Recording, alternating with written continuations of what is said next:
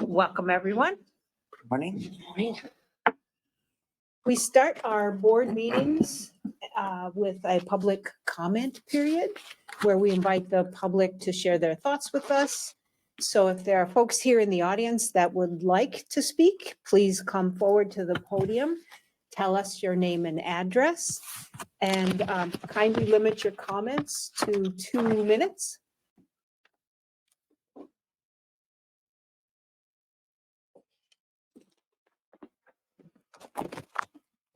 Good morning. Morning. I'm Ann Joria, 344 Knott Valley Drive. I'm speaking about the puppy mills in Winona County. I disagree with the Planning Commission's recommendation to take no action regarding the dog breeding kennels. I urge the board to consider the welfare of these companion animals and to act compassionately. Residents of Winona County have repeatedly expressed their opposition to dog breeding kennels. Subject experts have presented considerable data regarding the psychological and physical harm resulting from large, confined breeding facilities, as well as the lack of proper oversight. I'm asking the county board to take action and ban future permits for dog breeding kennels and to continue discussions on ways to better protect dogs and puppies in the 12 existing permitted kennels. Thank you. Thanks. Is there anyone else in the audience that would like to speak? My name is Deborah Brecky. I live at 651 East 5th Street, and I am also speaking against the puppy mills. I totally disagree with the Planning Commission's advice to allow them to increase. I think the ones that are there should be eliminated. Dogs are God's creatures. They should not be treated like trash, which is exactly the way dogs are treated at puppy mills. We have a responsibility to treat all animals as they are, with feelings. They have feelings. They know fear. They know pain. They know sadness. And as human beings, it is our responsibility to treat them that way instead of like garbage.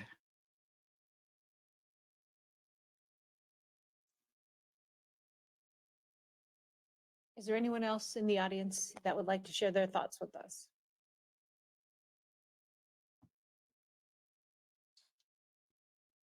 My name is Rita Jessen. I live at 269 East 4th Street. And I'm here also in regards to the puppy mills here in Winona County. I too, like the ladies before me, disagree with the findings of the Planning Commission to the recommendation was to take no action.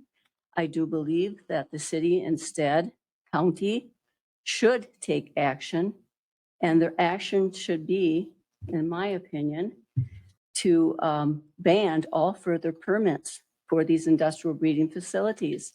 As the ladies before me said, there's been countless, testimony, not just from us, but also from, we had a lot of experts talking on, through FaceTime or Skype or whatever you want to call that. And I felt that it was really compelling. And I do know that there's been a lot of work done on this by the commission, and I really respect that. But also, you have to consider when you have inspections and they're not, and you tell them that that you're going to come and inspect. Well, it's just human nature that things are going to be tidied up a bit. So I just feel that I remember one time one of the commissioners said that if Winona County is giving the permit, they should implement the permit and they should regulate that permit. And just from coming from experience, I was a daycare mother for 27 years, and I was permitted by the county, and I was very strictly regulated by the county. And I was not grandfathered in. If a regulation changed, I needed to change with that if I wanted to stay in that business of caring for children. And I feel that should be the same with the puppy mills. Thank you. Thank you.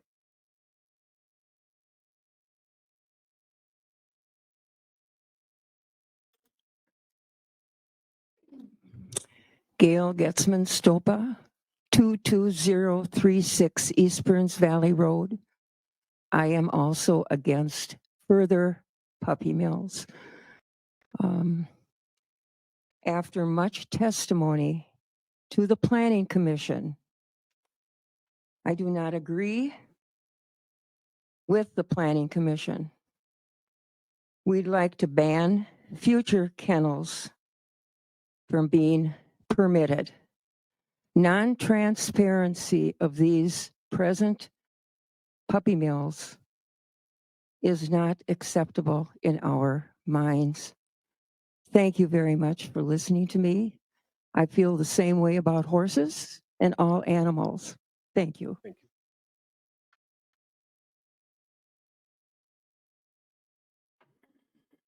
Is there anyone else in the audience that would like to speak?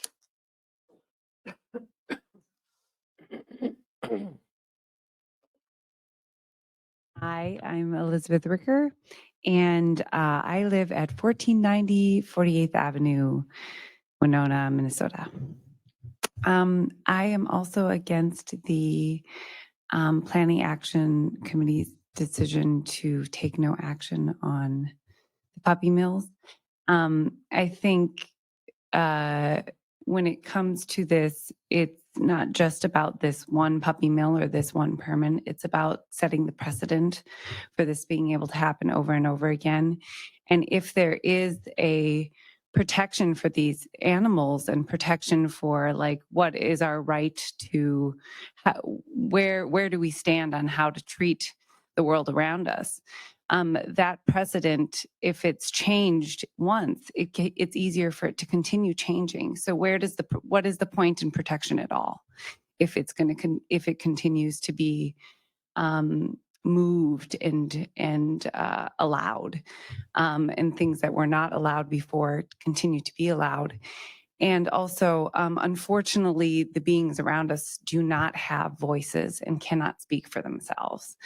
So it is really our job as humans, or not as humans, but just as people, to use whatever we have and empathy and thoughts that we have to lend them our voices. But they cannot say, you know, I really don't like having poop all over me. I don't actually like being in this situation. I don't feel it's fair for me. They have families and they're trying to grow a structure for themselves. And that's the whole world around us. And it just doesn't have, the only voices we have are our own, unfortunately. And so I feel like it's our right to use them as humans to protect them.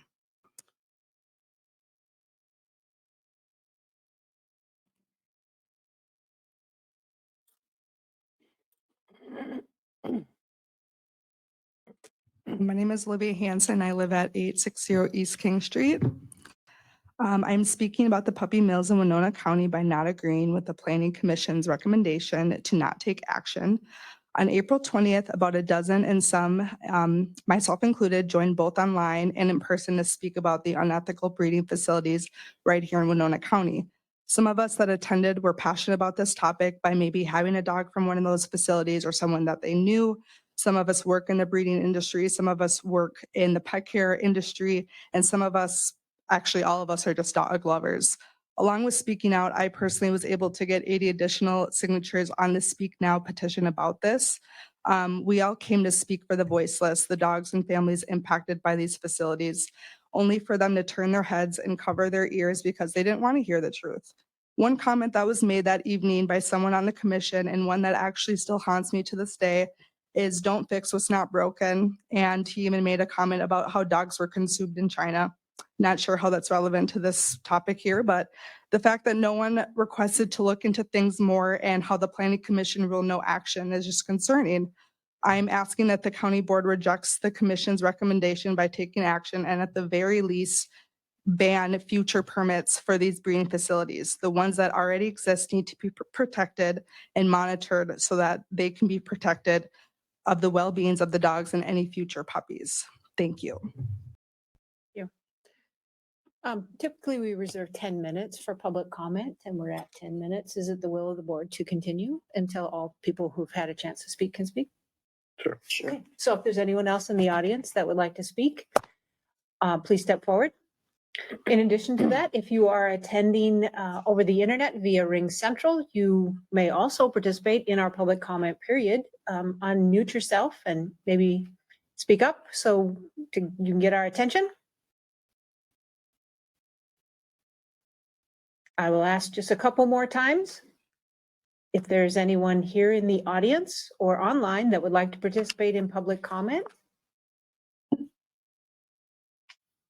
And for the final time, if there's anyone here in the audience or participating over Ring Central that would like to participate in the public comment period, please stand up. My name is Sarah Ricker. I live at 1490 48th Avenue in Winona. I know from experience that people do not guard themselves well, as we see that in our government. But at any rate, if allowed, someone who is out for profit finds a way to explore other opportunities without guidance or public sentiment, it often gets sidetracked into profit only and is not cared for in the manner that it should be, as people with respect and care would do. So to allow more puppy mills without careful supervision, to me, is outrageous. The animals, I have a dog that actually I have two dogs. And the point of this is that they came from a home, unsupervised. Okay, this is just in one person's home. The two dogs that mated were brother and sister. One dog has a very long jaw. He's got very short feet. He's a poodle Bajan mix. He is totally awkward. The other dog looks appealing and has issues. My heart tells me that if we allow more puppy mills, where I have seen pictures of people spraying dogs down to wash the cages, one on top of the other, I'm sure we don't want that. But we don't know. We don't know. We don't know. So I am against puppy mills in general. Thank you. Thank you. Is there anyone else here in the audience or participating over Ring Central that would like to speak during our public comment period? And for the final time, is there anyone here in the audience or participating on Ring Central that would like to speak in public comment? Hearing none, public comment is closed. Next item of business would be to approve prior county board minutes. It would need a motion. I'll move to approve those minutes. Second. Okay, Commissioner Vagley has moved. Commissioner Olson has seconded approval of the county board minutes from April 25th of 2023. Is there any further discussion? Hearing none. All those in favor, please signify by saying aye. Aye. Anyone opposed, say nay. Motion carries. Next item is to acknowledge the receipt of some approved committee minutes. I'll move to acknowledge the committee minutes of 4.1 Road and Bridge, 4.2 Board of Adjustment, 4.3 Planning Commission. I'll second that. Okay, Commissioner Ward has moved and Commissioner Vagley has seconded approval of Road and Bridge for February 21st, Board of Adjustment March 16th, and Planning Commission March 16th, all 2023. Is there any further discussion? Hearing none, all those in favor, please signify by saying aye. Aye. Anyone opposed, say nay. Motion carries. Next item is to approve our agenda for today, including the consent business. Commissioner Ward? I would like to have one announcement at the end, and just a comment. It's a beautiful day in May, and we're talking about snowplows and Yeah. a boat and water safety. So it's May in Minnesota. Commissioner Olson? Nothing from me. Mr. Vagley? No, thank you. I have one announcement. And County Attorney Sonneman or Administrator Holte? Nothing for me. Nothing for me. Okay. So a motion to approve the agenda might be in order. I'll move to approve the agenda. Second. Okay, Commissioner Vagley has moved, Commissioner Olson has seconded approval of the agenda, adding two announcements at the end. Is there any further discussion?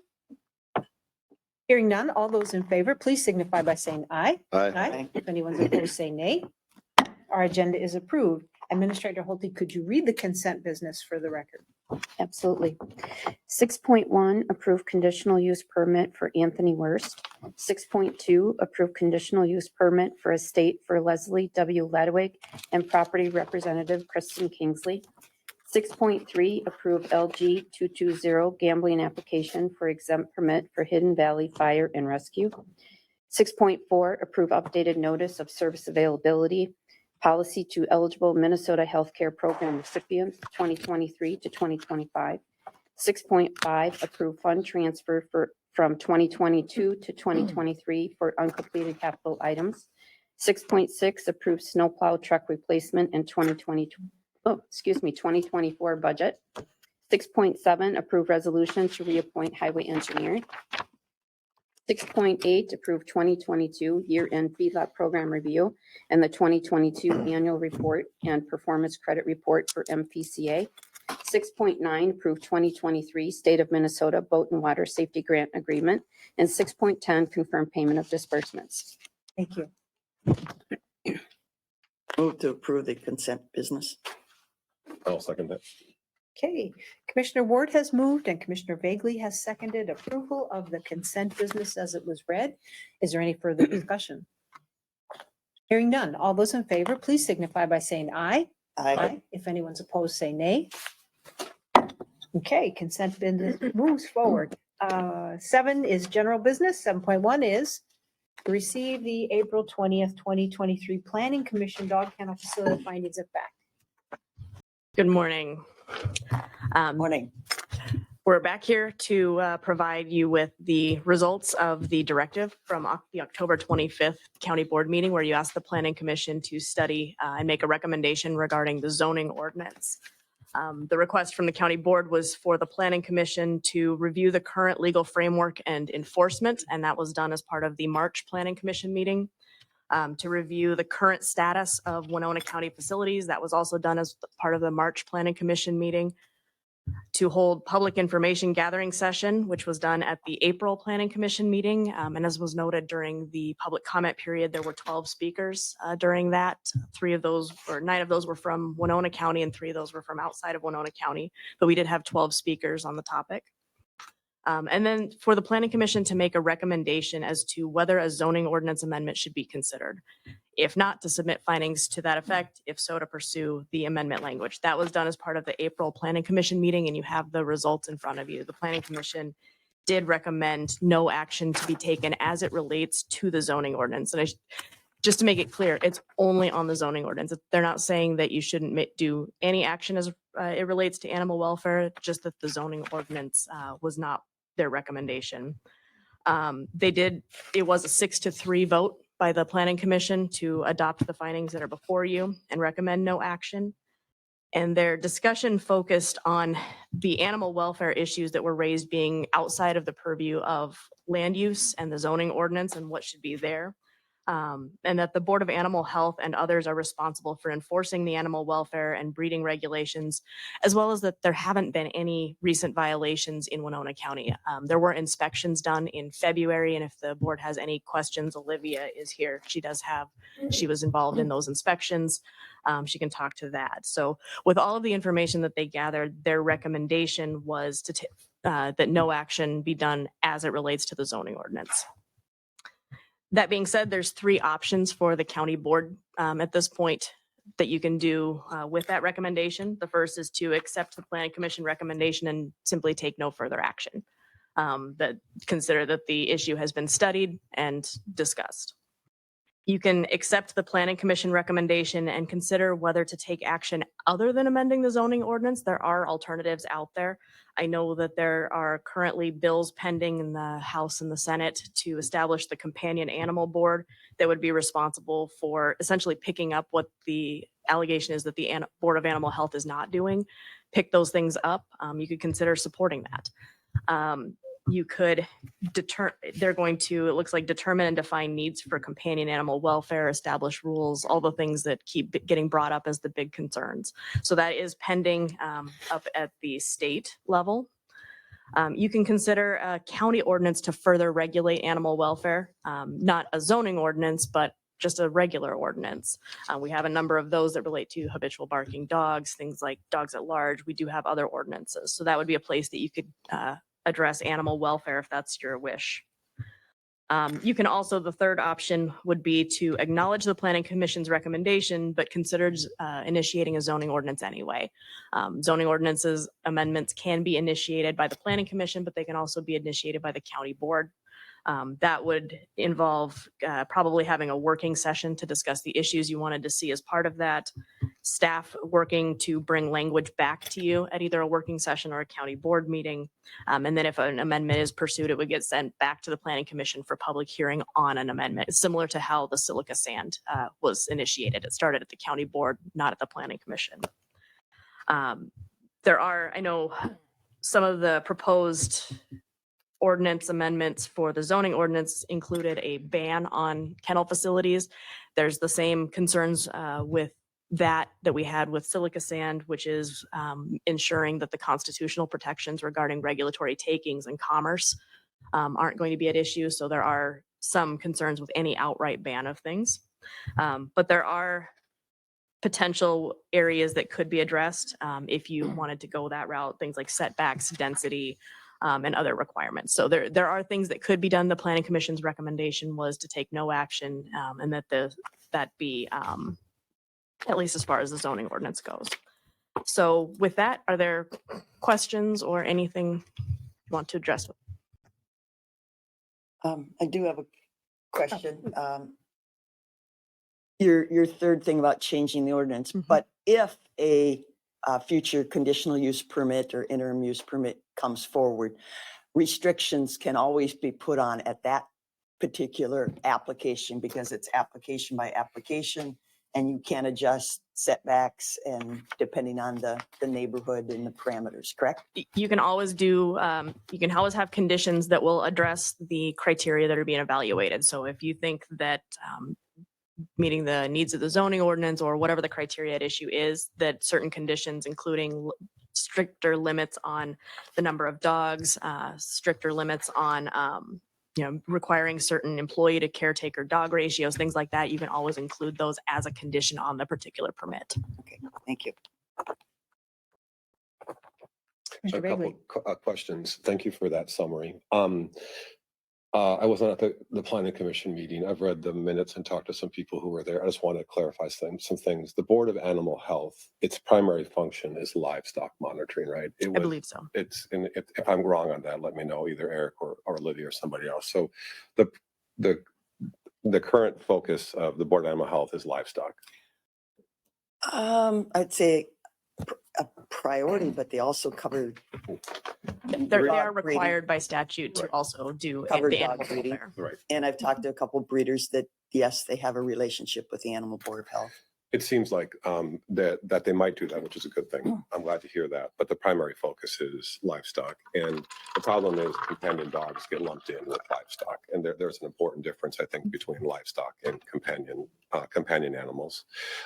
If it's possible, I also like to ask Olivia a question, but I can also wait for if anybody else has questions for the county attorney. Go ahead. Olivia, when you conducted the inspections, can you summarize what you did I know sometimes people have different perceptions of what an inspection would look like or what it would involve. Was it a paper inspection, record keeping, or did you actually look at some of the facilities?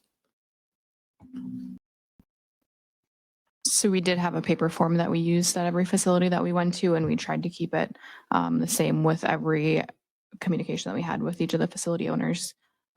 We did give them the option whether or not they wanted us to enter their facilities. Some of them chose not to have us enter. We didn't ask for a reason. Some of them said biosecurity concerns. But there is a paper form that was filled out for each CUP. And I should be more clear. So, but when you were there, you did more than look at paperwork. And the facilities that you were able to visit, you did visit, you did inspect, or did you just look at paperwork?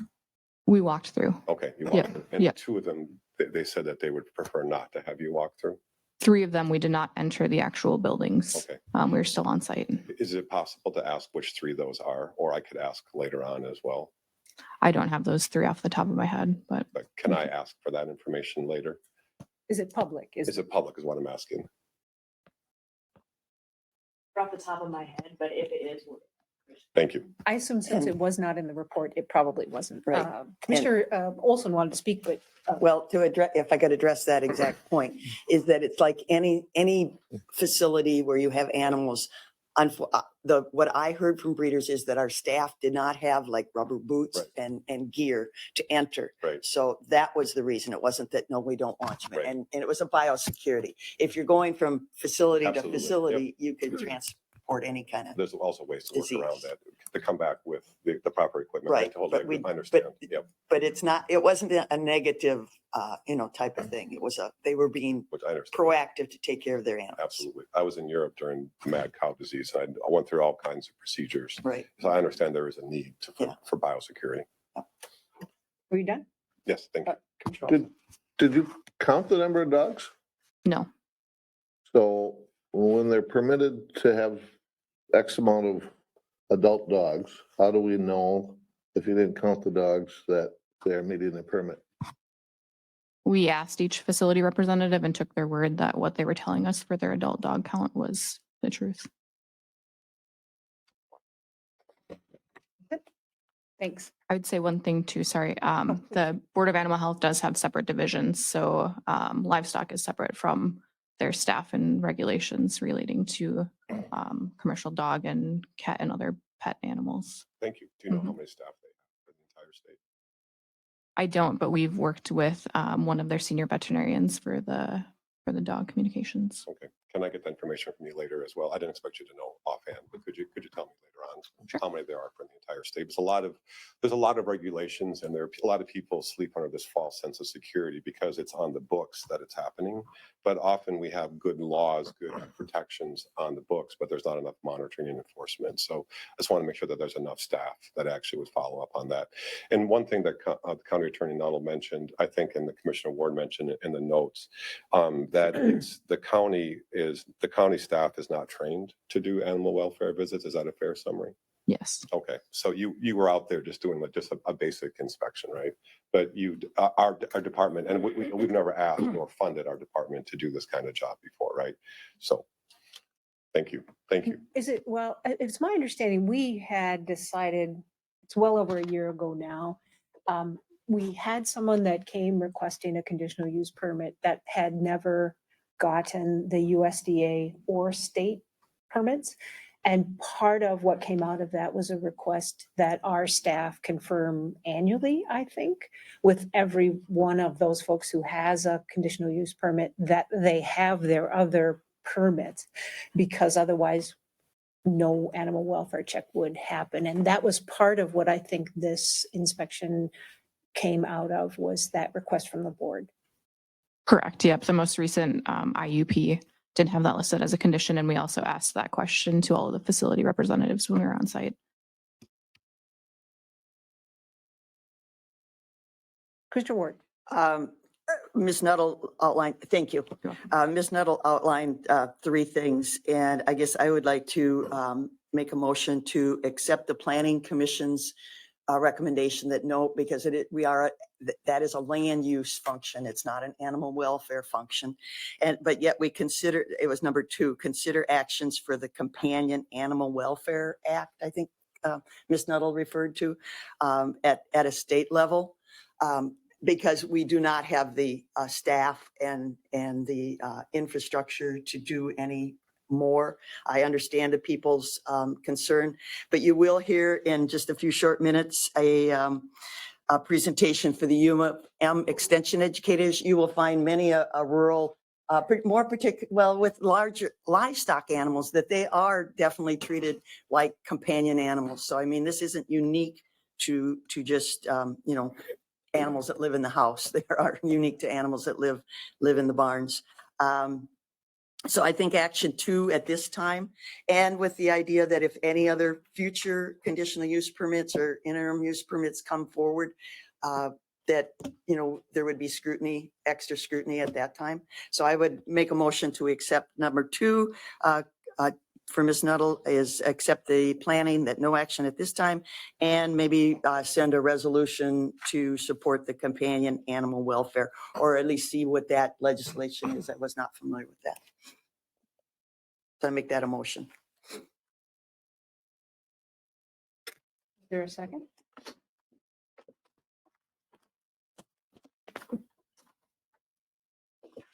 I think the motion fails because there is not a second. I would like to make a motion that we explore option 3 and all the ramifications that come along with it, to follow that process. And just to clarify, option 3 is, To look for a zoning, to implement a zoning amendment that could potentially prohibit future dog breeding, large-scale dog breeding facilities in Winona County. I'll second it to get up on the table for discussion. I have some questions to clarify things, but I'll second it to get on the table for discussion. okay, Commissioner Olson has moved that we consider a zoning amendment that would abolish future permitting of new facilities of commercial dog breeders, and Commissioner Begley has seconded it. Commissioner Begley? This is a question I'm not sure to direct it to Ms. Holte or to Eric Johnson. Are there any current applications in the pipeline for dog breeders? So there's no immediate urge. I don't want to like change the rules on someone in the middle of a process. So there's not currently nothing in the pipeline. Here, I want to just start talking out loud. I fully understand that our staff does not have the training and we don't have enough staff to take this on at the same time. And I think this is a very important issue that's been falling through the cracks for a long time. I do think that this is an issue that we should look at and discuss both at the county board level, but also the community level in terms of education and awareness. But a part of me doesn't want to ask the staff to do anything else until we have a planning director and a planning and environmental services director, and they're fully staffed. I don't want to add something else on their plate. So I'd like to have a discussion, but not ask staff to do anything, at least for, I don't know, until the department's fully staffed. I mean, we could at the county board level, correct me if I'm wrong, still have discussions or listening sessions or educational sessions. And for example, I want to learn more because I think there is a difference between legitimate dog breeders and puppy mills. Not all dog breeders are puppy mills. And there are people that take care of their animals and who are very professional and very compassionate for their animals. So I don't want to like throw the baby out with the bathwater. I also want to make sure that we're not also guilty of passing the buck that, well, USDA is doing it, the state is doing it. We assume somebody is doing it, but I have a feeling that it's not getting done or it's done to the level. But I also know that I feel like most of the dog breeders do a good job and for a professional. The problem is a couple bad apples that make everybody else look bad. But is there a way to address those concerns without adding on more regulations? But I will support the idea of a ban and to give us more time to study this and to look at. Wait. You said ban. What was that wasn't right. in the motion. I'm sorry. Careful, you're going off a whole different. I would support the motion. Well, to me, your motion, Commissioner Olson, was to look at a zoning ordinance update. Amendment, yes. Okay. I think it is important to look at some kind of either a moratorium or ban just to make sure it's clear to people that until we have more time. And I do I like the idea of supporting the companion bill in the state legislature. A resolution like that, I think is a good idea to put, if the state and USDA and the federal government ask us, they put these requirements and supposed protections on us, but don't give us the staff and the funding to do it. I think that's important. A resolution, that would be a good step. But I guess what I'm looking for, and I'm thinking out loud, I don't have a definite landing spot yet, is time for us to have more discussions with especially the dog breeders. Like, I would like to spend more time going out and visiting with some of them if they're okay with that. Not in an official inspection, but just visiting with them. I have a lot to learn on this issue. I don't want to pretend that be the know-all. That I know enough. I have heard a lot of very legitimate concerns that I share from the animal folks group and people like that, but I also want to hear from other folks. But your motion is to look at an ordinance update. Amendment, yes, Amendment. as Stephanie indicated. And the process that goes along with it, where we'd have a working session, where it would go back to planning staff to come up with recommendations, to go through that whole process that you just described at the podium. Okay. And that would, with the understanding be is that would be a process that we don't need to start today. It'd be a process we'll begin, but is it fair to say that we need to give staff a chance, the department, to be fully staffed before we put more on them? I would add this, that this came before this board last year, and it just went through the planning commission because they were waiting for proper staffing and time. And I was at the board table in the other building several years ago where this subject came up, and I don't want to just keep kicking the can down the road. I'd like to at least get the process started, a direction set, and have some resolution on the horizon rather than waiting forever. Okay. We might never be properly staffed. Okay. Mr. Ward? We have tools in the toolbox to control this. Unfortunately, you weren't here when we went through the whole thing, but most of us were on the board at that time, did visit and it came to a head when, I think it was 6 applicants came in at one time. Mm-hmm. We're asking people to pay increasingly property taxes. We want small farms, small operations, for people to make a livelihood. And it tends to be one part of our community that has gone into this, this business. Yes, it is a business. They all have permits. They all have a veterinarian that is on call. And I think this veterinarian, through their oath of being a doctor of veterinary medicine, takes an oath, to protect these animals, and they all have a veterinarian. We've done inspections. The USDA has done inspections. There hasn't been a quote problem with what they're seeing. We've got an interim use permit, a conditional use permit that does the things that may want to happen. And that's with each site. And if you have to note that the people speaking today, we're all from the city of Winona. What is the city of Winona's controls for animal? Anybody, even out in the county, anybody under 4 animals has no regulations. So again, just because you do it as a business doesn't mean you're doing it wrong. I mean, the one lady mentioned the 2 dogs she got came from an individual home. I mean, they could be not taken care of. So I'm not sure what this Companion Animal Welfare Act, how far that goes. But if they got 3 dogs, City of Winona, what are they doing? The speakers were from the City of Winona. I haven't had any direct contact from people in the neighborhood that are working with these people. I would encourage you to visit them.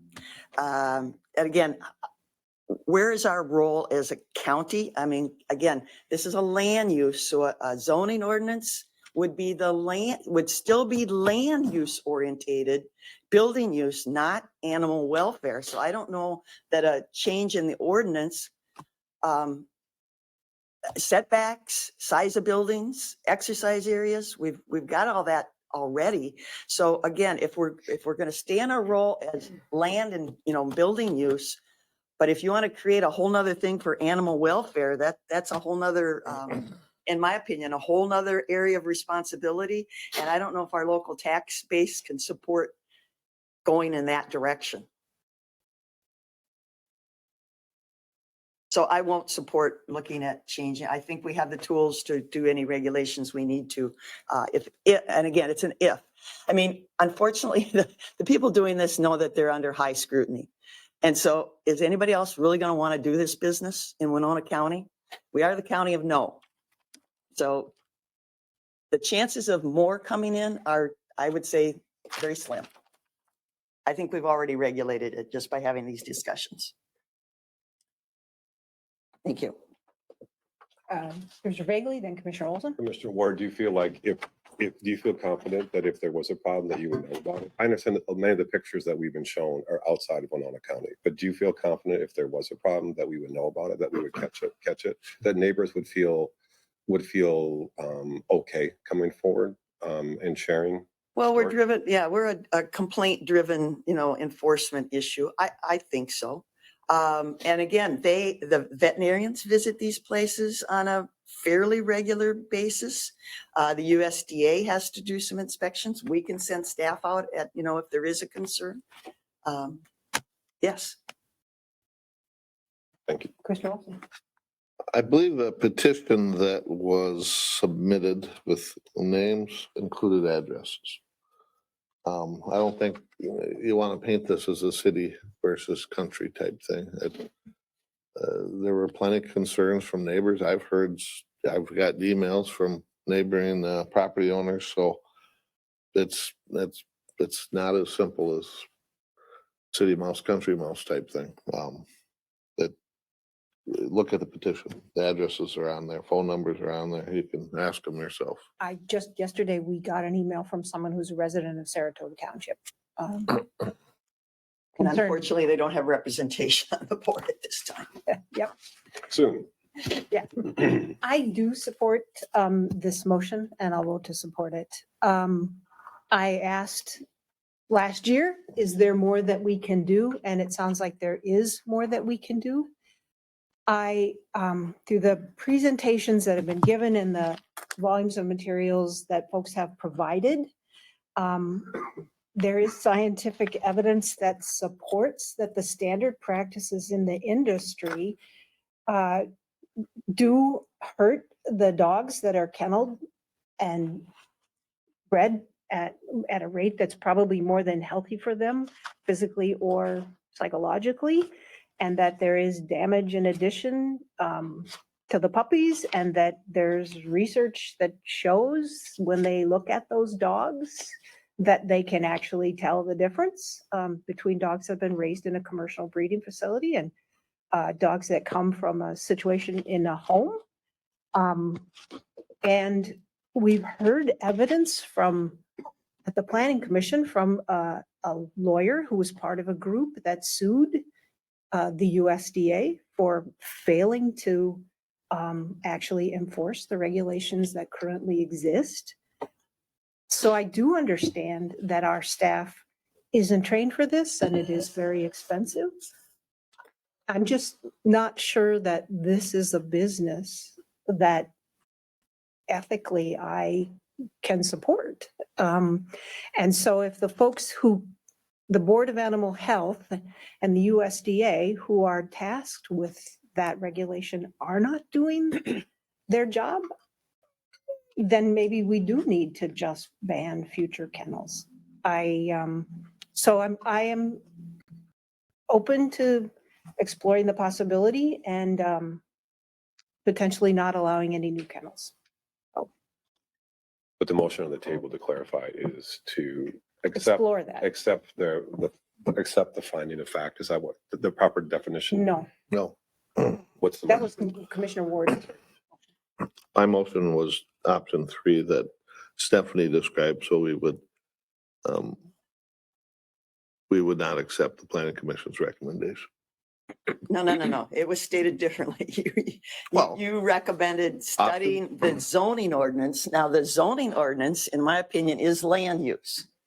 And I don't know if Stephanie was going off into, and I've heard ban mentioned a couple times and everything else. I don't know if that's, in my opinion, it's not the same thing. Stephanie, can you clarify? Option 3 would be to acknowledge the recommendation, but consider a zoning ordinance amendment anyway. I'm assuming that by ban, it would mean that the ordinance would be amended to remove the dog kennel. But a zoning ordinance doesn't ban Yeah. Is that It- a it- zoning by not ordinance? allowing it. You could. Technically, is it a zoning You could. ordinance? Yes, you could do it that Okay. way by removing dog kennels from the list of conditional or interim uses.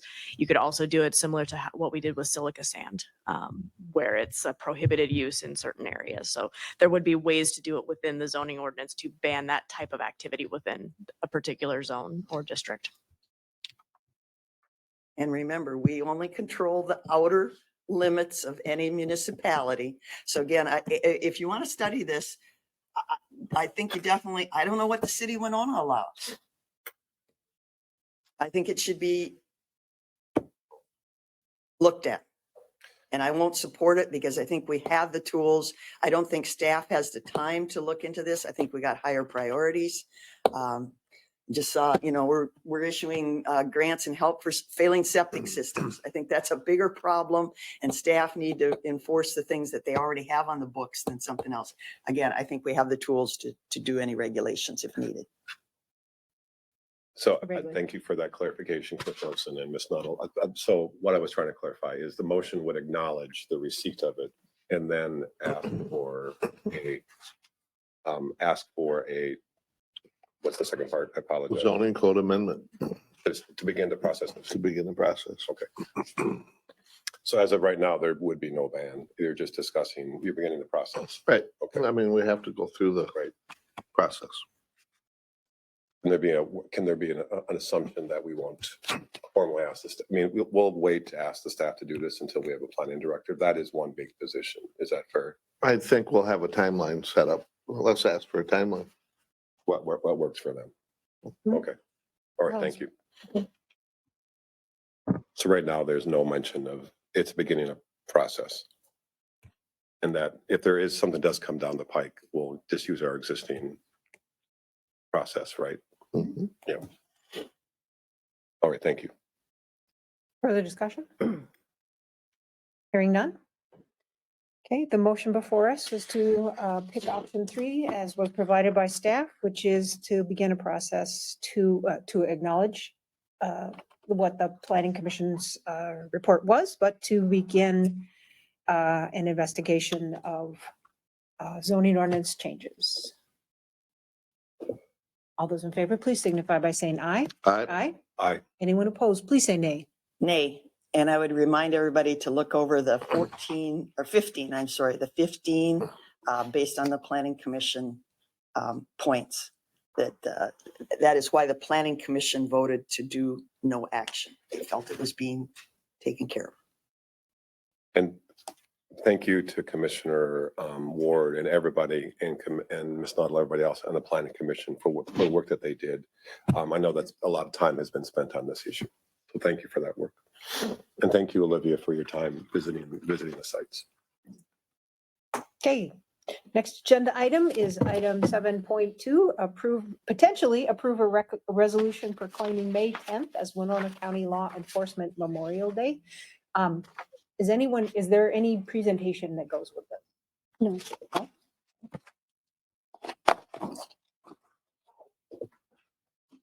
I'll move to approve this resolution. Second. Okay, Commissioner Vagley has moved, Commissioner Olson has seconded approval of this resolution, which is on page 102 of our packet. I was pretty sure that I printed out a copy of it so that I could read it. Would you like mine? Thank you, sir. Okay, so is there any discussion? Hearing none, all those in favor, please signify by saying aye. Aye. Anyone opposed, say nay. Okay, motion carries. Whereas the 10th of May, 2023 is designated as Winona County Law Enforcement Memorial Day and is set aside as a day to honor all fallen law enforcement officers. And whereas the well-being of all citizens of Winona County and the U.S. is preserved and enhanced as a direct result of the vigilance and dedication of law enforcement personnel. And whereas more than 700,000 men and women at great risk to their personal safety presently serve their fellow citizens as guardians of peace. And whereas more than 245 peace officers across this nation were killed in the line of duty during 2022. And whereas all Winona area law enforcement agencies use this day to honor our fallen fellow officers who've made the supreme sacrifice for the citizens of Winona County and the city of Winona. And whereas this day also serves as a reminder of the dangers faced currently serving law enforcement officers in their day-to-day activities.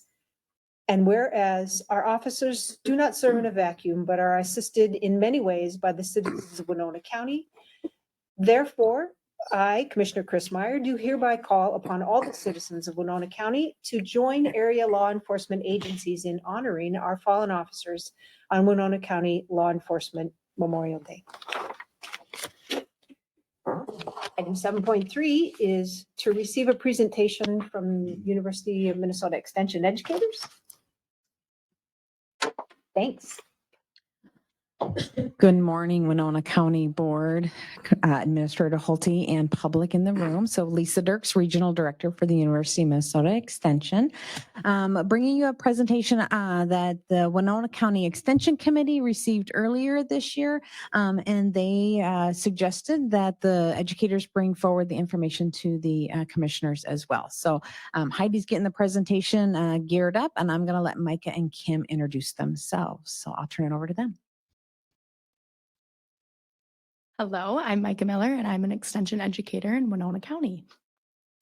Good morning, I'm Kim Stair. I'm an extension educator in Winona County. I've been here since 2017 as a full-time staff.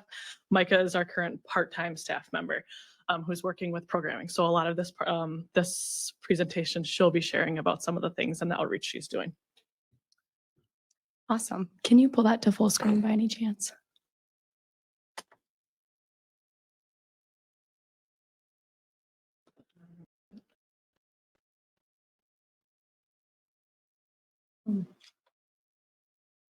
Oh, it's fine. She can go back the other way.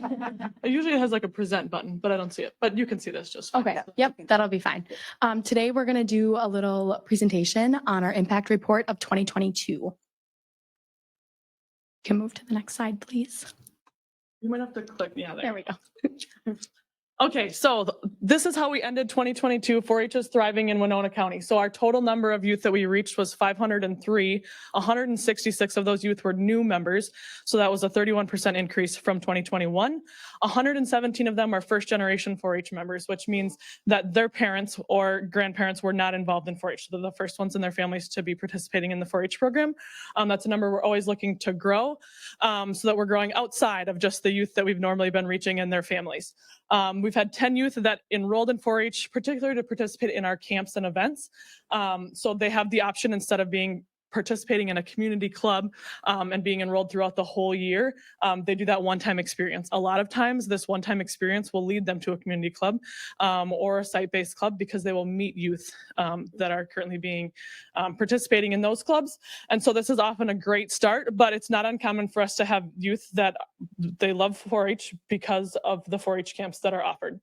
2 of the youth are virtual. They signed up just to do the virtual program. So Minnesota 4-H, there's a wide variety of staff members across the state that put on virtual programs. And so the youth are able to log into Zoom. A lot of times they'll get kits sent to them, and then it'll be weekly or monthly, or maybe for a whole week, they will log on to Zoom and do these activities and projects. And then the other ones, there's no pending members, and 4 of them are still trying to decide which community club they're going to be part of. So we reach out to them and then direct them in that way. The next slide, please. Okay, so in 4-H, our goal really is to help youth thrive and explore their sparks. And so we do this, but with quality programming, creating a sense of belonging, engagement, which means hands-on activities for these youth, right? This isn't just presentations. We are bringing projects for them to physically do hands-on. They're building relationships with their peers in their club. A lot of times these kids don't go to the same school. They're not in the same grade. They have different interests. So we're helping them build relationships and get to know others. And then explore their sparks. And really, that's the beauty of 4-H, is that when you're doing different projects, meeting new people and getting outside of your comfort zone, you're oftentimes able to realize you enjoy things that maybe you didn't originally know that you enjoyed. And so sometimes this leads to hobbies, and sometimes it leads to youth finding what they would like to do for a career down the road. So those are really our goals with 4-H, that we accomplish those 4 things when we're working with our youth. So Kim, the term sparks, what's the university definition of a spark? So just like I said, so basically finding a hobby, an interest, a passion. That's not like the exact definition that they use, but that's really like the gist of the spark. So it's a new term. Yes, we kind of use it specifically for those, because like when Micah will go to programming, oftentimes she'll say, what do you want to do? And a lot of times it's like an engineering thing or a science project or something that they wouldn't normally do on their own. And sometimes that creates sparks because it's not something they get to do in school. Or for some youth, it's our animal science projects that, like you had said earlier, they're livestock, but they basically become companion animals for these youth. And a lot of times that's a spark for a lot of our 4-Hers. Growing up, that was a spark of mine. And then a lot of times it leads to a college degree or maybe a career in, animal nutrition or different things like that, working for the Board of Animal Health, anything along those lines. So, thank you. Next slide. Next slide, please. And as Kim mentioned, we have a lot of sparks in Winona County. And right now, a lot of these youth are experiencing and learning about their sparks through partnerships. And so right now we have a partnership at the Lewiston Altura Public Schools. This is with their Cardinal Club, an after-school partnership. I see them monthly, and they focus on different sparks that include science, lots in engineering. They have a big spark right now for robotics. So we are testing that out. Another partnership is with Winona Area Public Schools in their Key Kids program. This is a very large program for us, reaching lots of youth who are around the community of Winona. And these youth explore many different project areas, including science, animal science, fine arts and crafts, all of the things. Another partnership we had in 2022 was the East Rec Center, and they were focused on a cooking nutrition club.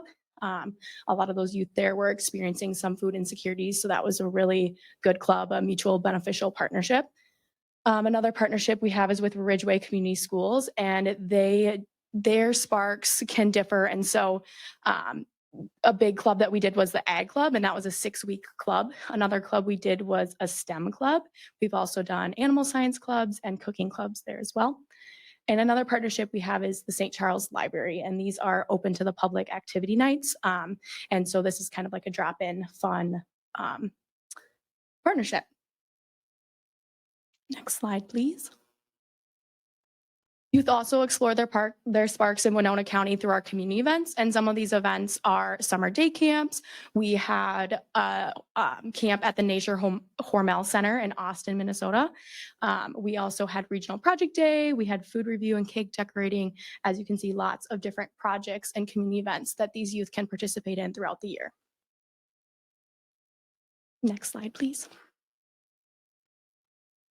Another big event was a sponsored event by People's Energy Cooperative that we had, and this was a Chef for a Day event. And so youth got to spend a whole day with us, me and Kim, where we had our hands full cooking and cleaning. We made our lunch, we cut up fruit, we made pizzas from different cultures, and lots of other healthy snacks that these youth got to take these recipes home to engage more with at home as well.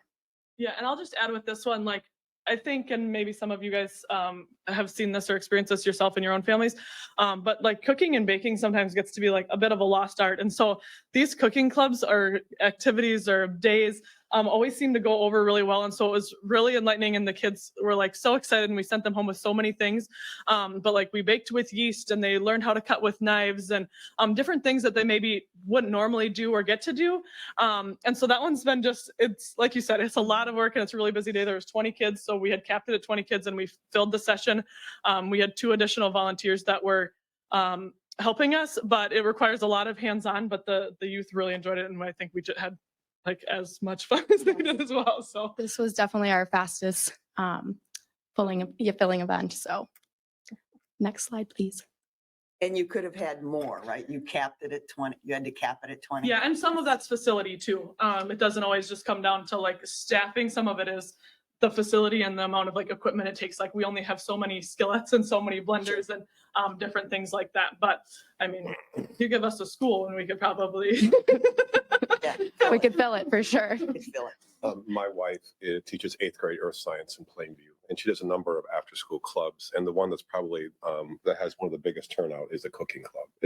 I was surprised that middle school students were so interested in cooking, but that's one of the largest turnouts that she has for an after-school club. We're both grads from Plainview, so yes. we both know. I didn't know Good that. skills, good skills. Our volunteers in Winona County also explore their sparks. And so we've had a good partnership with WSU here, and their students were able to establish a mutual beneficial partnership with us where they were able to get observation hours to come help with our cooking club at the East Rec Center. And so that was an exceptional program, and we look forward to continuing our work with them as well. Kim also held a volunteer training in November of last year for our volunteers as well. Yeah, there's a number of like annual trainings, virtual trainings, in-person trainings that we host for our volunteers, like Micah said, to explore their sparks, but also to help work with our youth and make sure that everyone's getting the highest quality experience that they can. So that is one of our focus. So I did the training for the region in November with multiple volunteers. And so then they get the chance to connect with people from other counties and find out the things that they're doing that are working or that aren't working, and just allows us to kind of brainstorm. So I always enjoyed that. Next slide, please. Okay, so we know that you guys have a lot going on, but these are questions that we asked the CEC. So who we could partner with to help more youth thrive, and what's an idea this presentation sparked for you so far. And so hopefully something has sparked for you. And if you want to share them now, we welcome you to. But also if you want to ponder this and stop by and visit us and chat with us, or send us a message and say, this would be a really great partnership for you. Or we'd like to see you working with these people, or this is a population that could really use some extra hands. We would certainly encourage your feedback on all of those. So. The co-op block down does some neat cooking classes as well. That might be, if you're not already working with the co-op, they do Do you know if some. those are youth or they're?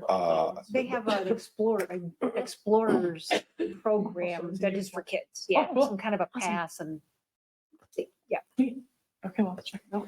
I'm sorry, where are you guys based out of? Where do you guys work? So we're right in the Awesome. environmental So it's services. literally. Veteran Service. Yep, Office. on the hallway. I know that's where Lisa was. I wasn't sure if you guys were there as well. Wonderful. And you're both Plainview grads? Yes. Yeah, we don't hold it against them. There's a few more slides left if you can pull it back up. Sorry. Are those your maiden names, by the way? I'm gonna have to follow I'm a up. winger originally. All right, I have to follow up and do it. Yeah. All right.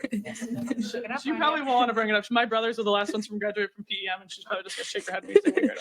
Well, the brothers don't count. So. Okay, so this is, when we're talking about sparks, this is a member highlight about one of our youth that are participating in the Dairy Project. She'll graduate out this year, but she's been a awesome leader. So she just shared that her experience has pushed her in supporting young members to try new things while encouraging them to have fun. She's been able to grow within her project area, and it's allowed her to give back to her community. She actually graduated from Lewiston Altura. She's going to school in River Falls. She was Dairy Princess last year, I believe, and she just got elected as the Minnesota State FFA president. So there's stepping stones that I think 4-H and FFA and other community events have certainly helped her get to that place. So we're very proud that we maybe had a hand in helping her, continue to climb. Next slide, please. So this is a little showcase report from last year's fair. So 2022 fair, there was 283 youth in total that showcased their learning at the fair. 228 of them brought animal projects, and 134 of them brought static or indoor projects. And so those are the projects that you see on the bottom that are like plant and plant science, ag and horticulture, youth leadership, science, food and nutrition, fine arts and crafts. Those are our static projects. And so a lot of times youth will do projects at school and then they'll improve them and bring them to the fair. Some of them are projects that they worked on throughout the year. Some of them are poster boards. Some of them are an actual cake that they made or decorated. Some it's a planter that they made and they took back from grandma's after they gave it to her for Mother's Day and brought it to the fair, and then we'll take it back to her. Different things like that to showcase their learning. They'll get to meet with a judge. We had over 37 judges that came and helped evaluate these youth work and give them feedback to help them grow and improve their sparks, right? And then the numbers for the livestock, those animals that are treated like companion animals very typically by the time they get to the fair. So the horses, goats, llamas, sheep, all sorts of animals that are up there. And so all of those, the horses just up there for their show, the rest of them, and last year we didn't have any llamas, but the rest of them, they're up there for the duration of the fair. So we encourage you that if you do get up to the fair, to just stop and chat with those 4-H'ers, and you might just see the spark if you just ask them a few questions. So. And the dates for the fair this year, July? It's a week later, so it's like the 10th through the 16th, Right. I think. So Well, we can remind you. Next slide, please. Okay, here you go, Micah. Yeah. Okay. So in the next few slides here, I reached out to a couple of members to see if they would like to highlight their sparks, and I couldn't all fit them in the slides. So we had to handpick a couple of them. And this member is Audric, and Audric is showcasing his project on food review. And so he learned how to make a Colombian meal. He also learned how to adapt that. And he also brought a meal based on that again this year. So you can see that youth are continuing their learning through the process and taking what they learned one year and adapting it for the next. And food review takes place before the fair. So that's why she's saying he already did it this year. Food review happened a few weeks ago. We do it separate from the fair so that they can bring warm food and have the time instead of the chaos that might be bringing in July. Yes, and that young gentleman I was observing, he does a tremendous job on all his projects. He's very, very thorough, very knowledgeable. Yeah, I think he might be highlighted. I think the next two slides might be highlighting him. Yeah, because he really is he puts a outstanding lot of young pride in man. his work. Next slide, please. Again, this is Audric in his hydroponics lesson. And so he learned about the different water pH levels that are needed to grow plants. And so he also was able to grow these herbs, and then he turned them into pesto and a dill dip. So he was able to further his process into taking what he learned and then also making something out of it. And so he also expressed this year he would like to learn more about pressure canning. So yes. And this all started with a Zoom class. So 2020, they started a lot of virtual classes, and they've continued them just because of the interest and the ease of these youth attending them. And so this is where hydroponics started with a virtual Zoom class 2 years ago, and his project has continued. So it's very cool to see that. Next slide, please. Audric again in his robotics project. And so he did a class with professors and graduates from the University of Minnesota, which he learned about electrical engineering. And he said he would like to be a roboticist, if I'm saying that correctly. Next slide, please. And so we've highlighted different ways that youth and adults and volunteers contribute to sharing their power and voice in our community. And so we have 14 community clubs, like Kim kind of mentioned, all around the county. We have 5 different partnerships in 2022 and a few more in 2023. Youth share their power through our councils, ambassador programs, officer roles, and committees. So lots of different leadership roles that these youth can take on throughout these different aspects. Next slide, please. All right, and we thank you for giving us your time today, and we hope you enjoyed seeing how our youth are thriving in our county.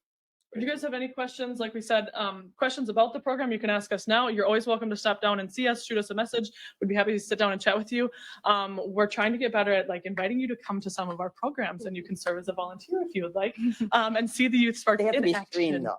We could have them screened, Yeah. or me and Micah are both there, then they don't have to be screened necessarily. are you to be sure? volunteers. I've Yeah, had because to we be would serve as the screened. two. I've been, Yeah, we can in do my that. current. We can make them go through the work. They'll get tapped frequently. I mean, seriously, I mean, you got yes, adults yeah. working with Right. children. Yep. The university has quite a rigorous screening, and which is important and such because you're doing a lot of things with youth. I do have to put in a plug though. I mean, Kim and Micah is only part-time, but you can see the impact and the numbers they're having. If they were both full-time, how much more positive experience we could give youth. And it's not even just youth in Winona County. I mean, it spills over because a lot of these things are regional. So we're doing things with our partners, which is great. And then they extend when they get a little older, it extends to state level functions and national and probably even international at this point. I don't know if there's They've international. done any recently. But I think some definitely- of that slowed within 2020, and then Sure. they might be getting back to that. But there's definitely been travel within the United States. We've had a handful of youth that have went to DC and different, different leadership So it experiences. doesn't stop just at, at the borders and such. So just think in the future of what we could do with full-time instead of just Micah being part-time, because we're sharing you with Olmsted County. Unfortunately, yes. Yeah. And Olmsted, they're friends of mine, but yeah, we would like to, I think, have the benefit. I know personally I would like to have the benefit because I see a lot of great things. And the university is always evaluating. So are you at a 5-star level? I don't know if we'll evaluate upon stars, but I would say our youth enrollment numbers and how they have increased have definitely, and that's kind of a testament to the quality of the program, I would say, and it growing and what an additional staff member has really brought to the program. I think just those increases, and we could probably show you from the previous year and the year before that the increases continue to get greater and greater in terms of the youth that we're reaching. And so I think that's the best way to evaluate the program is by the number of youth that we're able to touch each year. And a lot of that, I think, is because some child goes to a program, they get all excited, they tell their friends, and so it just keeps growing and Correct. stuff. So awesome job. Thank you all. Could I, Thank you. I just Yes. wanted, I was a 4-H member in college, not in high school because we didn't have it in where I grew up in Bethesda, Maryland, which was very urban. But my twin sister and I always volunteer at the state fair at the 4-H building as alumni. And it's amazing how many comments and how many inquiries we got from people in Minneapolis and St. Paul who wanted to start a 4-H club. So have you seen that here in Winona County or other, like Olmsted maybe? That, Yes. you know, there's urban as well as rural There's a club in clubs. the city of Winona. Is there? Yeah, Yeah. very Yes. active one. Yes, Yeah. we have 14 community clubs Oh, wow. throughout the Okay. county. Winona River City, Is the right one here in Winona. local in Winona. Yeah. And we also have another community club starting here very soon with a homeschool co-op. Oh, So good. Okay, great. Well, you do great work. So thank you. Thank you for what you do. Yes, thank you Yes, so much. thank you. Have a good day. You didn't bring any T-shirts to sell? We have T-shirts, and you don't even have to buy them. So if you stop down and see us, we can get you a T-shirt. We could have brought them, but we didn't want to have to figure out sizes and all those things today. We thought we'd save your time. So come see us, and Micah, I, or Linda can get you a T-shirt, or you can just come on in, and they're in the back break room sitting on the table, and you guys can grab them. We got to start advertising. Yeah, July really. just around the Yeah, corner. they're here. So Here? Oh, if you need a fair T-shirt, come and see us. Oh, fair. Awesome. T-shirt, Yeah, the fair T-shirt. Okay, well, yeah. Is your name on the back? Yes. Better be. Yeah, it is. Yeah. Every year my name's on the back. Yep, you bet. Thank you. We You bet. appreciate it. Thank you. Okay. Thank you, Thank you. everyone. Thank you, Lisa. Thank you very much. Of course, yeah. Ah, 12 years. Well, sometimes you forget. I know, 7.4, receive a presentation on the treatment court and potentially approve a resolution proclaiming May as National Treatment Court Month. Erin is here and you have some other representatives. Right, and Madam Hopefully Chair, there's no duplication of participants. Between 4-H and 4-H Oh. and the drug cart. I don't want to see any duplication. I'm sorry. you caught me off guard there, you know. I have thoughts about, 4-H coming in and the kids talking with criminal, learning criminal law stuff and becoming lawyers as I did. So, There you go. but I just wanted to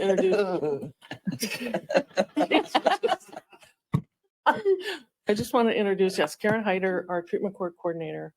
And she has brought along two of our graduates, and Jenna Chandler, I got that right? Yep. And God, now I'm blanking out because Tara, it's Tara. Right? Yes, I Tara, don't- yes, I don't Tara. remember your last name. Yes, Brown, Yeah. two of our wonderful graduates of the program, and I'll leave it to Karen and Tara and Jenna to go. All right. Thank you. Thank you, Karen. Thank you, commissioners, for having us here today. It's always special to be here to give you our annual report, especially during the month of May when we're celebrating National Treatment Court Month. So as Karen said, my name is Karen Hyder. I've been the treatment court coordinator for 6.5 years now. And with me today, two exceptional program graduates. We usually have between 70 and 75% male participants. So we are recognizing our awesome female graduates today. So I'm going to share some program updates, and then I'm really excited to turn it over to Tara and Jana, who are going to share their story of recovery and hope with you today. So first and foremost, we celebrated 10 years as a treatment court in October of 2022 with a very well-attended community event at the History Center. Over the past 10 years, we have successfully graduated 45 individuals from our treatment court program, with Jana being our 45th graduate just recently. Our graduation rate continues to be above average across the nation. We're at 58% here in Winona County, with 56% being the national average for a graduation rate. Our treatment court program is highly structured with great lengths to offer high accountability. We follow best practices rigorously. We attend trainings both district, state, and nationwide as our budget can afford it. Winona County's treatment court program stands out as one of the most advanced in best practices with high participant and graduate satisfaction and success. Our program data speaks for itself. I'll share a little bit of that at the end of my presentation. The testimony of our graduates also speaks for itself. Other counties in Minnesota and counties in other states, as we have attended the national training, have pointed to Winona as the mentor and leader among other courts, especially in Minnesota. Our program continues to advance. So some updates over the past fiscal year in particular, with that advancement in mind. I have just 3 different sections I'm going to give you updates on. The first is just generally our program updates. First is our River Region Treatment Court meetings that might be unfamiliar to you all. So I'm kind of bringing that to you today as we continue to meet and kind of sort out if this is going to be for us or not. So as a reminder, Winona and Wabasha County Treatment Courts combined back in 2020 just for statistical and policy related purposes at the request of the state, really, because Wabasha County was having a very difficult time sustaining their program and their participant numbers. So when they combine with us, we can combine our participant numbers, and the state recognizes that. So Winona stepped in order to help Wabasha stay afloat, which they have since 2020, and they're doing well today. The River Region Treatment Court idea would include Houston and Fillmore counties, potentially. We have reached out to Houston and Fillmore. They do not have an adult treatment court like Wabasha and Winona do. However, we all have a veterans court that covers our district. But again, nothing in Houston and Fillmore for an adult treatment court program. So this idea was to see if Houston and Fillmore would like to be involved in some sort of a combination. This would not include any type of budgetary changes or anything like that at this point in time, just to kind of put a feeler out there to see if those counties and stakeholders would be interested, and they very much are. So we're in some early meetings right now just to see and continue on in that process. It wouldn't be nearly the participant numbers that Winona and Wabasha would have. We looked at some data. It might be 1 or 2 per year right now in Houston and Fillmore, and something that perhaps we could include in our capacity here in Winona. Anyway, these meetings continue to move forward in a promising direction. Wanted to bring it to the attention of the county board that we're having those discussions. The second and last program related update is judgeship. Judge Storino from Houston County has shown a great interest in our treatment court program. She's been filling in periodically for Judge Beitendorp, and now both judges are actually sharing the schedule kind of every other treatment court hearing, with the anticipation that Judge Storino will take over the judgeship for treatment court in January of 2024. Judge Beitendorp has led treatment court very well for the past, it'll be over 11 years come January of 2024. So again, that's our anticipation that that may happen. Next item is 2 budgetary updates I wanted to bring to you. The state of Minnesota continues to fund the bulk of our program. We started receiving state funding back in about 2016, and at that time, our budget was approximately $100,000 per fiscal year. Due to statewide budget cuts and statewide programs that all treatment courts need to be a part of, such as our statewide case management online system, our budget for Winona County only has been cut down to $86,000 per year. To put this into perspective, without any other program expenses, just the role of the coordinator, the only paid staff position, and our drug testing costs and supplies, which is our second largest line item, that's approximately $91,000 per year. So again, just for those 2 items, we're already over budget. So you can see this doesn't leave any room for training right now and staff development, and amongst other smaller budgetary items, such as in-state travel, program supplies. It's been especially difficult for our treatment court team to not participate in the national training this year, and infrequently throughout years past. For a court such as ours, being a leader, being innovative, being a mentor to other courts in the state of Minnesota. It's unfortunate that budgetary constraints keep us from going to those really amazing trainings. We do what we can, many free webinars. Of course, we're participating in that. But of course, we're not here for a funding request today, only to describe the reality of our court's budget and an indication as to why we may have a request in the future. The county continues to fund our program with approximately $15,000 per fiscal year, which is very appreciated and very necessary for sustaining the small budget that we do have. And we have hope that we might receive some possible support from the opioid settlement funds as those meetings are obviously ongoing too. The second budgetary update I'd like to give to you is that the state of Minnesota funding is contingent upon our program, keeping our numbers up. Our participant numbers need to remain up in order for the state to continue funding us, obviously, which is fair.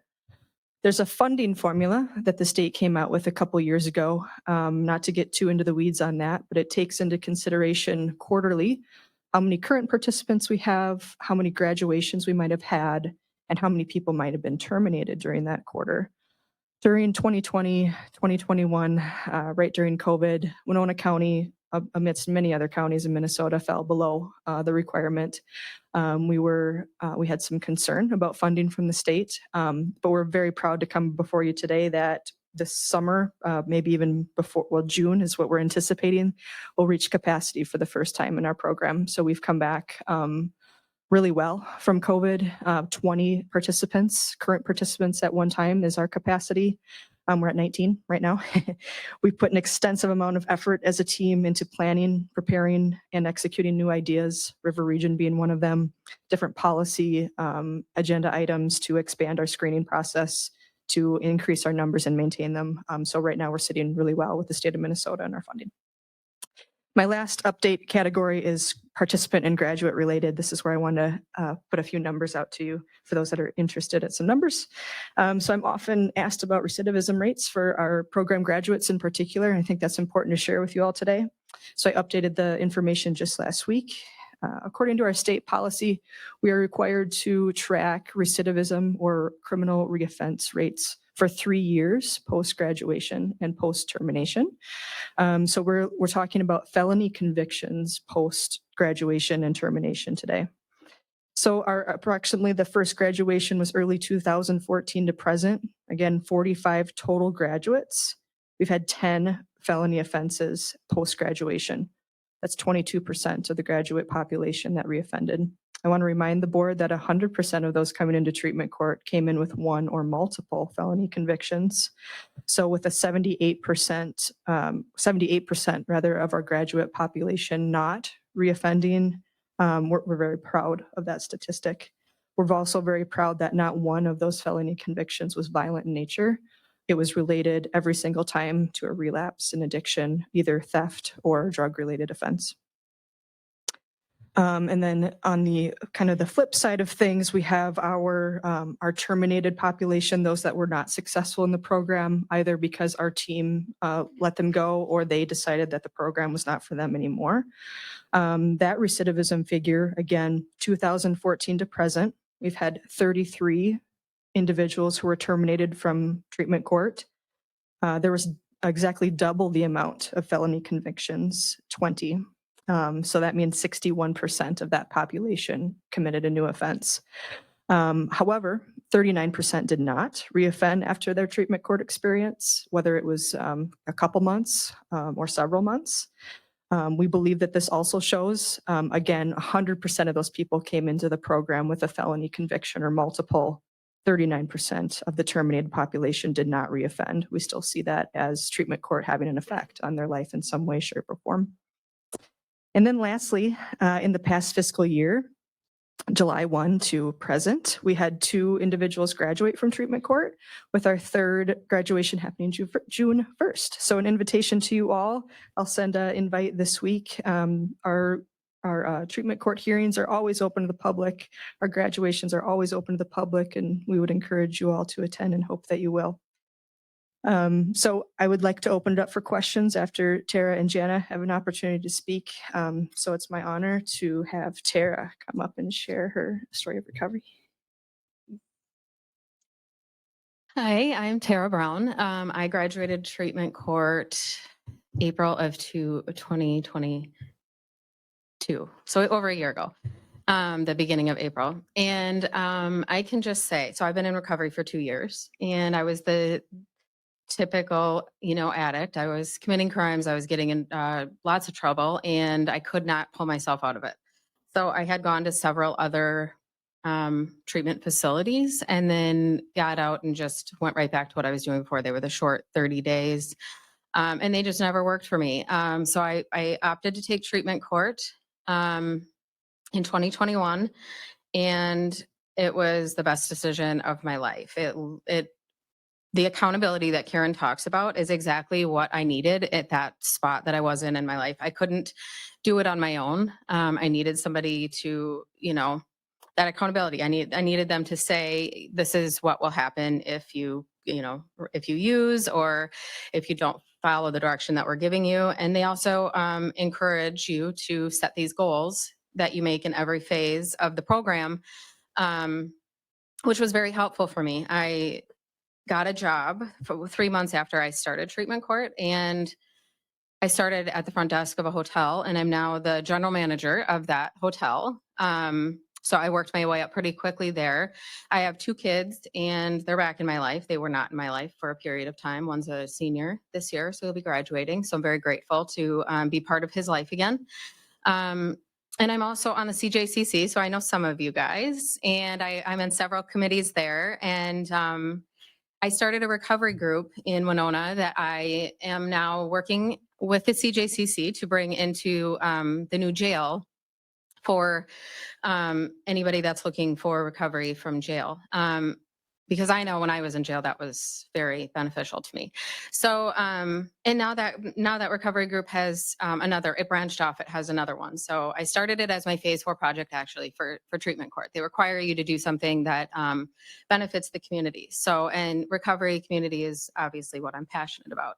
So anyway, all these things I couldn't have done without the help of treatment court. Like I said, I tried it by myself so many times, and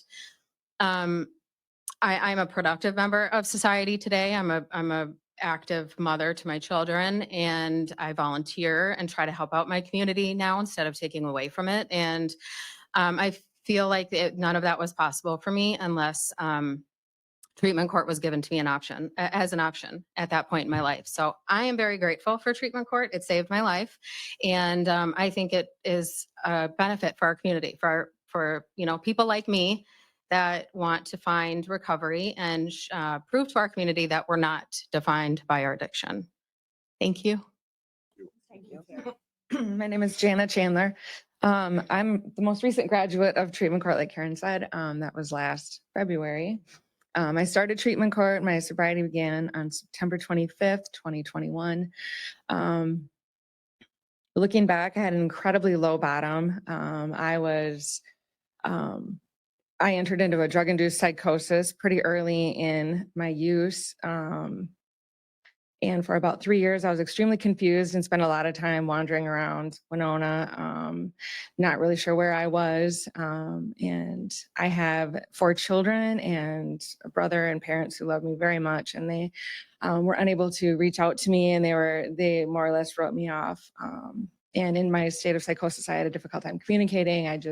I really couldn't do anything but take. I am definitely not that person today. I was very close to being committed. I'll add that too. So if you just paint a picture of just how far gone I was in this addiction, I entered treatment court and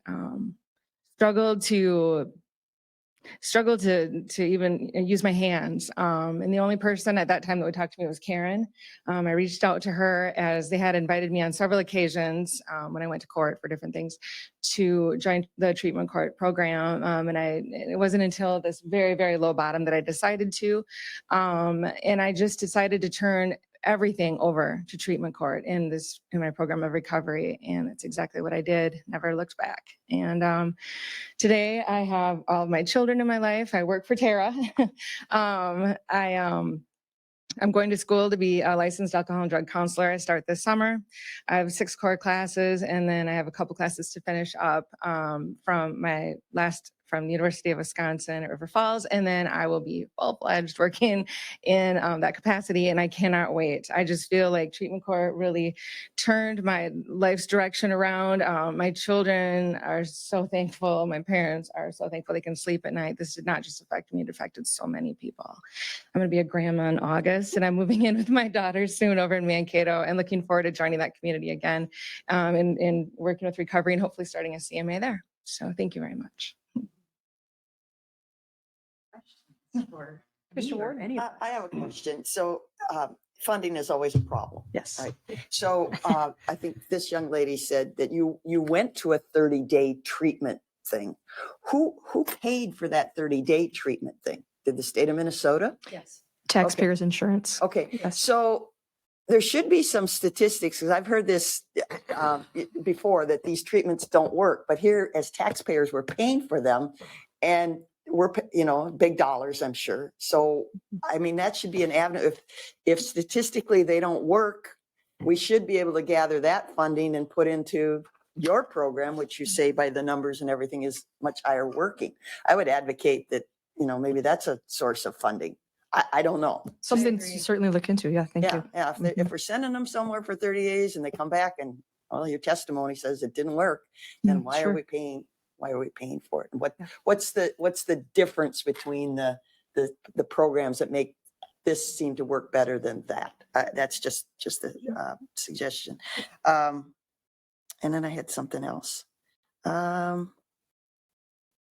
Well, yeah, I guess it's the big thing is the return on investment. I mean, state agencies and everything are always looking at return on investment and stuff. So, I mean, I think that would be an alternative.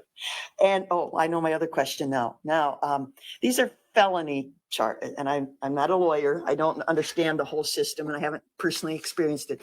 So haven't we changed some of the rules, what is considered a felony? It seems like we've gotten a little less restrictive on what's considered a felony. And then how is this going to tie into the recreational marijuana industry? That's the unknown question there. These people enter our program, the treatment court program here in Winona County, because they have been convicted of a felony and they're on felony probation. And I'm not sure what you're referring to when they change felonies, but they were reducing, like some states, if you had X number of grams of a drug, it wasn't a crime anymore. It was allowed, or is that a felony? Not controlled substances. They haven't changed those. Okay. They've made some changes to allow people to get what's called a stay of adjudication, meaning if they successfully complete probation, they can not have a conviction. But marijuana, yes, is going to be the wild card because, as you mentioned with the treatment, there was a lot of talk about, okay, what money are we putting into treatment for this? Because we're going to get people who are, going to have those needs for treatment. So, and as well, the public safety aspect of people driving after they have been smoking marijuana or ingesting it or whatever. So, but I would just like to say our program, I feel very personally attached to it since I ran on that starting a drug court. Our program is, and drug courts in general work because we surround them with support, but we also make them accountable. So everybody on the team, I'm on the team, we've got somebody from DOC, we have a defense attorney, we have a treatment person, law enforcement, the jail. which is very important. And they've done studies, which relationships are the most important. The judge is the most important.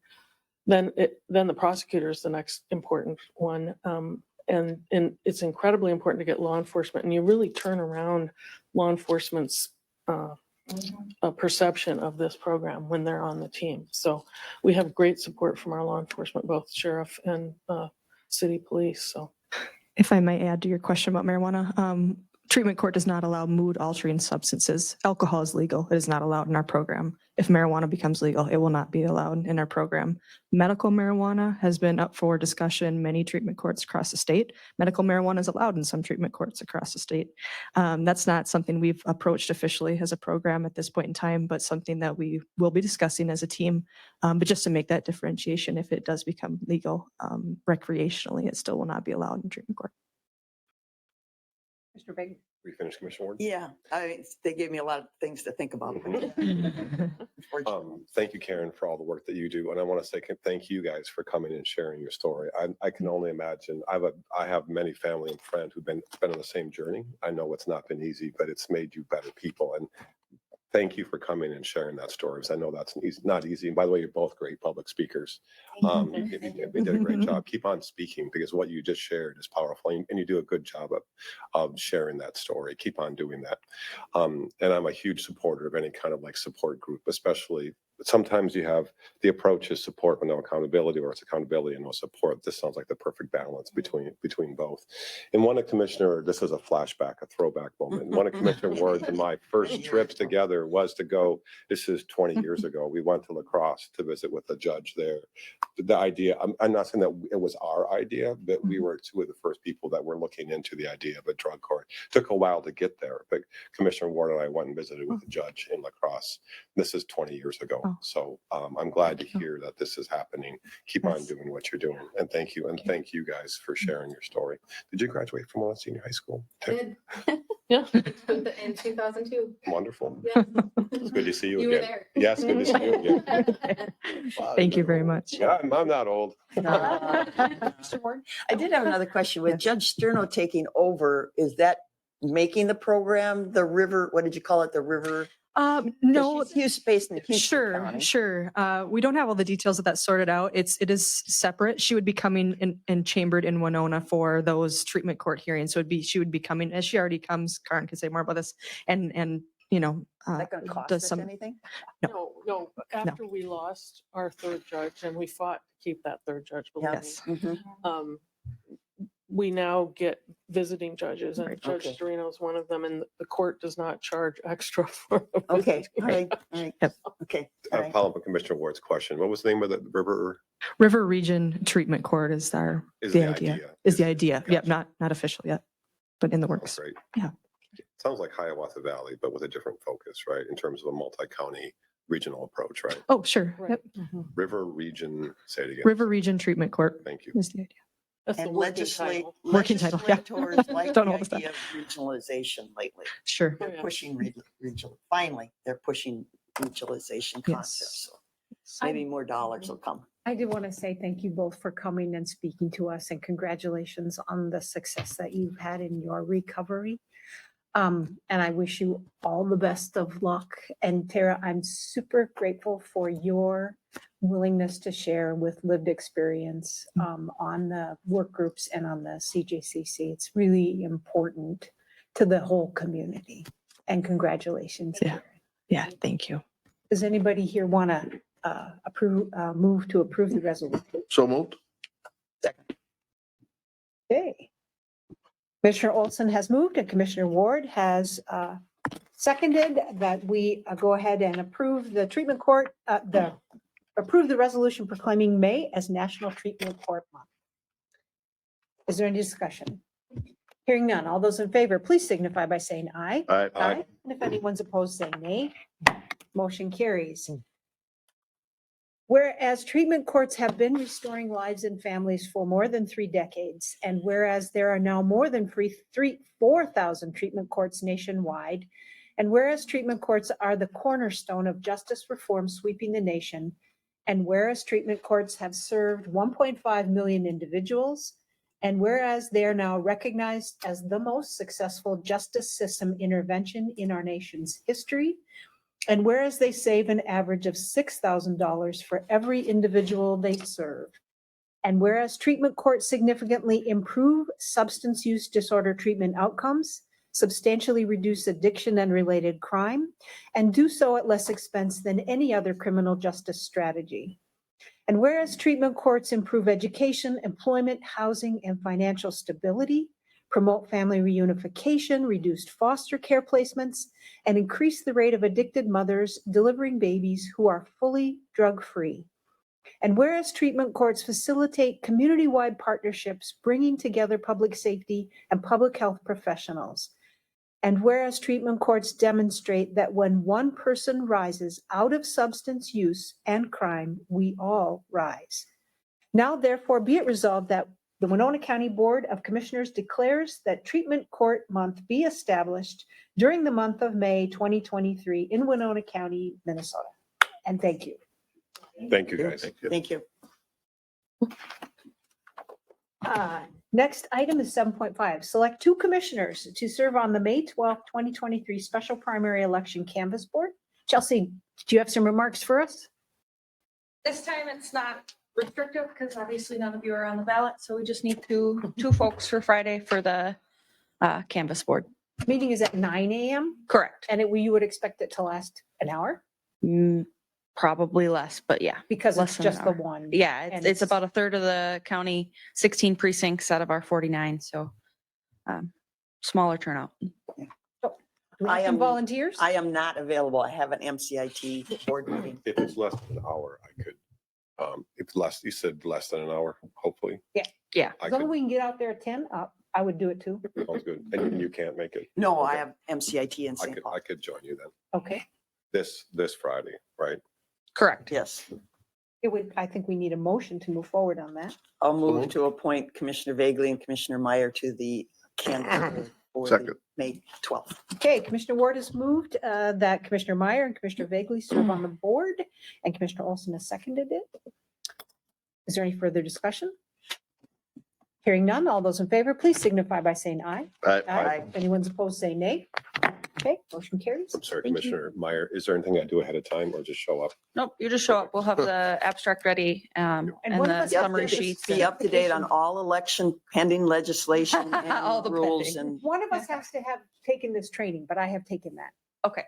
And we'll have the court administrator as well as the mayor of Winona here as well, so. Perfect, and thank you. myself. He comes late though. Oh, he said he's gonna be here early because he wants to get out too. He's got another meeting to go to. should have been like the mayor of St. Charles though. Yeah, I think. The statute reads the largest municipality within the county. I verified with the, Within the, I gee. verified that with the state because I questioned that as well. And it reads the largest municipality within the county, so. Okay. All right. The final item on department recommendations is to discuss and or appoint citizen advisory committee volunteers. And this is on page 125 of the packet. I would move to appoint Don Evanson to the vacancy on Park and Environment and Jerry Pappenfuss to the Health and Human Service Advisories. I'll second that. Okay. And just for clarification, there was, for each of those 8 open positions, we only did receive 1 application. Is there any further, Commissioner Ward has moved and Commissioner Vagley has seconded that we accept the 2 applications we received. Mr. Donald Evanson for Parks and Environment and Mr. Jerry Pappenfuss, who is currently an ex officio member on the Health and Human Services Advisory Board, but he would become a voting member. Is there any further discussion? And Don Evanson is not serving on, in the past, he's served on the planning commission, but he's not serving on any other committees right now. No, but he has served on parks. Yep. Yes. Yep. Gotcha. Any further discussion? Hearing none, all those in favor of approval of those 2 appointments, please signify by saying aye. Aye. If anyone's opposed, please say nay. Okay, motion carries. With moving Mr. Pappenfuss up to a full voting member on the Health and Human Service, then we would, if we get any more applications, we could consider ex officio appointments. Yep. Okay. Yep, that's what we did last time. Yes. Yeah. That's something new that we've been doing on that. Okay, so that brings our official business to an end, and we have a couple of announcements. Commissioner Ward?